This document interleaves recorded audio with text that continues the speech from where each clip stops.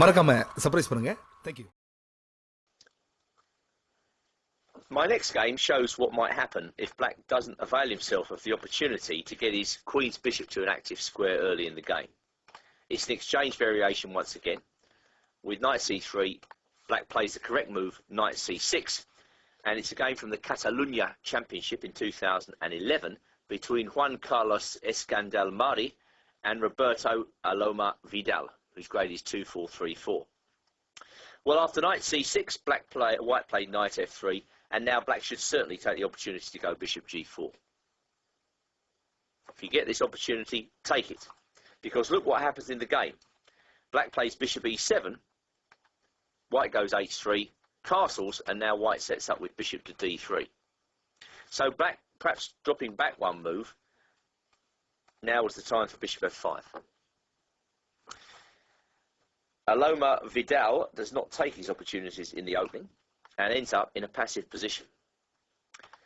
H6, well, such a move is an indication that actually Black's strategy has failed. I mean, I'm sure that Black was a little bit afraid of Knight takes D4, Bishop takes D4, and then Bishop takes H7 check. That's predominantly why he's playing H6 in this position. White goes Bishop B1, and now Black plays Knight E7, intending to answer Queen D3 with Bishop F5. But White puts a spanner in the works here with Knight E4. Black plays Knight E6, and only now does White play Queen D3. And I think White certainly has the better position here. Black's got a space disadvantage, and the knight on B6 has yet to come back into the game. So C6, Rook E1, and now Bishop E6 was the best that Black could do, but White easily defended that pawn with B3. Rook E8 was answered by A4, and now here's a sign that Black understands the problems of his position. He's got to get that knight on B6 into the game. This is the best way to do it, to challenge White's pawn on C4 as much as he can, perhaps involving the move D5. Well, White takes on F6 and plays C5. Black plays Knight D7, and after Rook A2, which I think is an excellent move, intending Rook A E2, Black plays B6. B4. Well, White can ensure himself of at least a slight edge here by playing Bishop A3. He probably didn't do this because he was afraid of a move like Knight F4 at some point. But Bishop A3 can't be met by Knight F4 just yet because of Queen H7 check. So Knight DF8 might well be best, and then White can put his knight in on E5. After takes Queen G5, Bishop C1. I don't like Black's position very much. I think White's in full control, and Queen H5, Queen C3 just really gives White a solid plus in this position. White plays B4 in the game, and this gives the opportunity for Black to actually liquidate some of the queen side after A5. Right, well, there are some captures. White still maintaining a slight edge here. Knight takes C6, Rook takes A4. Of course, he's got the bishop pair, which helps him in this position.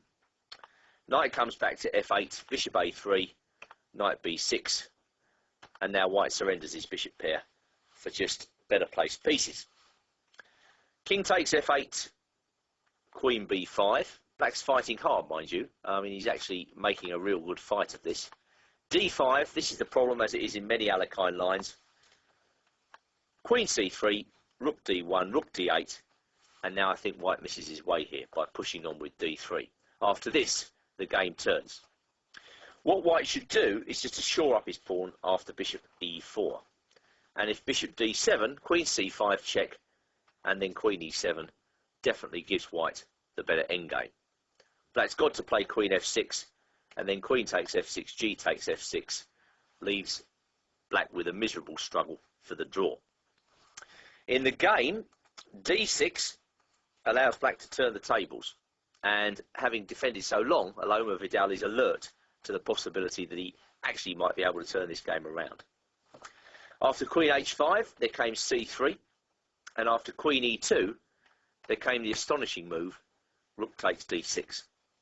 I think the player, the Alekhine practitioner, has to be a, how can I put it, opportunist to a certain extent.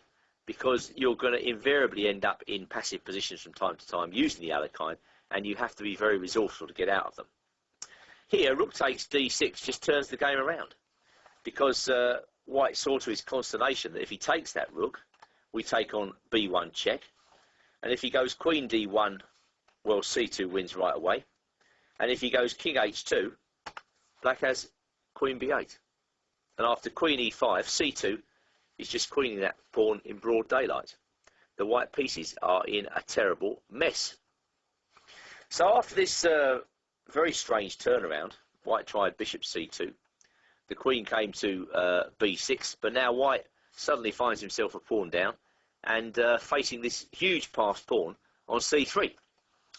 Thus, the game didn't last much longer. King e7.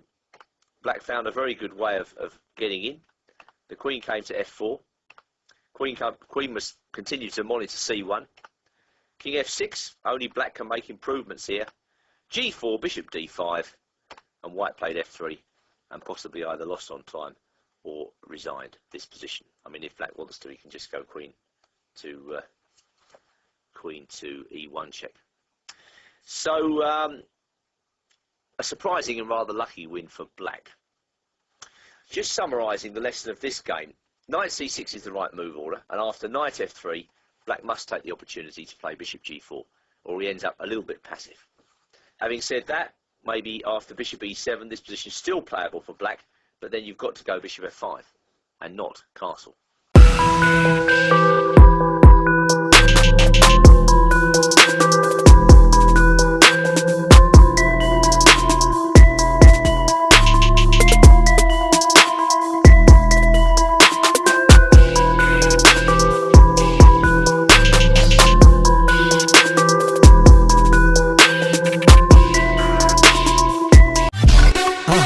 மறக்காம surprise பண்ணுங்க. Thank you.